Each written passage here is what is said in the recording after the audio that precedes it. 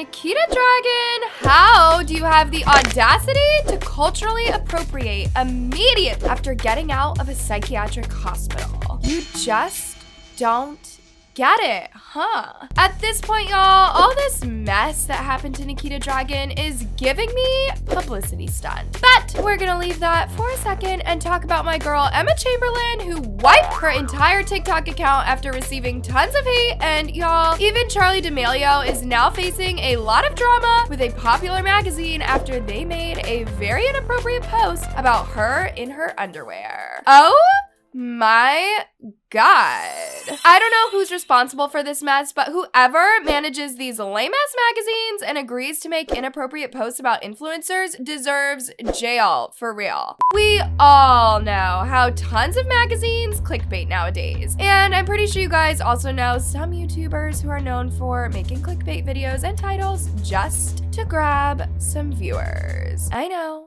definitely not Anna. Oop. Well, despite how clickbaiting viewers has been a thing on the internet nowadays, the magazines, on the other hand, have been taking it to a whole new level. And by that, I mean some of these popular magazines have been using these celebs and influencers to create fake headlines and grab more views by posting something like this. Vanessa Hudgens shows you inside her. Pete described his junk and I'm screaming. His stomach is a mouth. Justin Bieber cried looking at this car. I'm gay, disabled, and I'm tired of the haters.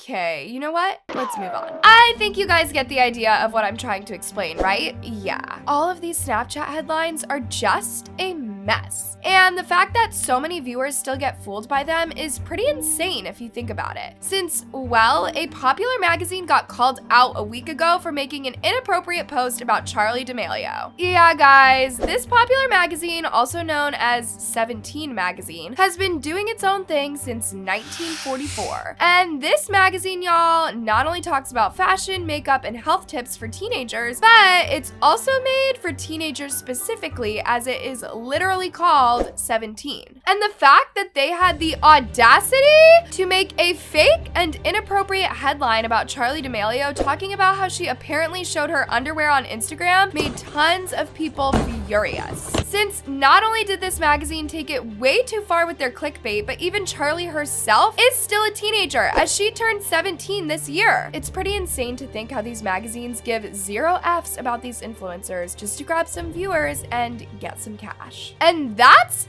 what made thousands of people, including Charli fans, to attack 17 magazine this week after they went and started calling them out under their newest TikTok video for making an inappropriate headline about Charli D'Amelio. No news/gossip site should be making articles about someone's underwear. That's just creepy. Fire the person who wrote this and fire whoever approved it. Why are Snapchat article snaps so creepy and weird? I hate them so much. The fact that they need to push topics like this in this manner to stay relevant or whatever, bruh, I swear the media is trying to normalize pedophilia. Apparently, Charli D'Amelio wasn't the only person who is facing issues on social media this week, after my girl Emma Chamberlain decided to delete her entire TikTok account for this. The fact that y'all bullied this girl so much that she had to go and delete her entire TikTok that had 10 million followers because of it, I don't know if this is good for her or not. Isn't it crazy, you guys, how Emma Chamberlain went from being one of the most loved YouTubers out there to being one of the most hated YouTubers in only 1 year? I mean, ever since Emma joined TikTok, people have been nothing but rude to this girl after they started calling her out for being nasty and unhygienic. And, even though Emma did hit back at her haters, it did hurt Emma a lot that she had to go on her podcast several times to clear up the rumors and address how the situation hurt her feelings. And I'm going through the For You page and I see me being made fun of. No, but it's okay. It's fine. I'm just laughing it off. I feel like this is like middle school all over again, me being fucking bullied while I'm trying to just like exist. Aside from this part, people have also been criticizing Emma's content lately, from not only her YouTube videos, but from her TikTok videos as well, after the majority of her followers just started describing her content as boring and unproductive. And that's what made the hate towards Emma pile up a lot on her. Now, when it comes to TikTok, I could literally insert thousands of hate videos on Emma that have been going viral recently. And I wish I could show you guys what her comment section looks like right now, because all of her followers are basically criticizing Emma's content as well as her personality by saying how overused and boring she's become lately. And that's why Emma decided to delete her entire TikTok account this week after it disappeared on TikTok and left millions of people in shock. Yes. Emma did have 10.6 million followers before she deleted her TikTok account. And the reason why I believe her account didn't get suspended or disabled is that Emma herself posted a screenshot on Instagram showing how she has officially deleted her TikTok account to get rid of all the hate. I can promise you there's a chunk of people who are upset about Emma deleting her TikTok account, but then there are tons of people on the other hand who supported Emma's decision and were in fact happy that she finally got rid of the toxic platform. Here's what they had to say. I'm happy she did. Good for her. TikTok sucks. Gives me bad vibes. Probably because there were tons of videos shitting on her for no reason. Good for her. TikTok is toxic ASF TBH. A lot of mental health issues being glorified. It's really sick. I'm excited to hear your opinions on TikTok down below and whether you guys agree on TikTok being one of the most toxic platforms out there. But for now, let's just end today's video with Nikita Dragun's cultural appropriating after getting out of a psychiatric facility. You know what? I'm not gonna sit here and drag this human over and over for cultural appropriation because we've been there, we've done that. But girl, how do you go from sharing your story about being detained in a psychiatric hospital to you culturally appropriating the next day? Did it give Ariane?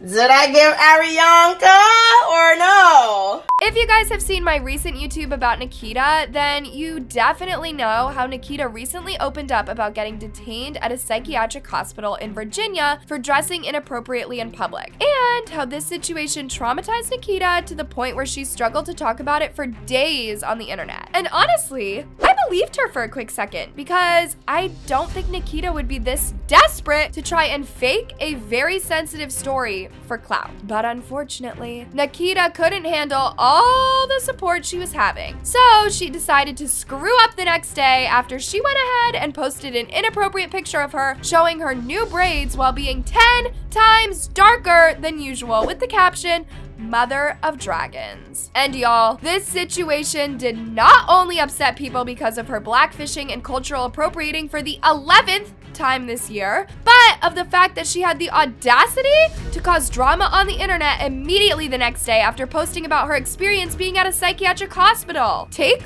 a look at this. Fresh out and already appropriating? Here we go again. Fresh out and still appropriating. Nikita, I love you, but you keep doing this. Girl, you just don't get it, huh? Anyways, loves, if you need more controversies like this, then make sure to click on this video right here. I love you so much.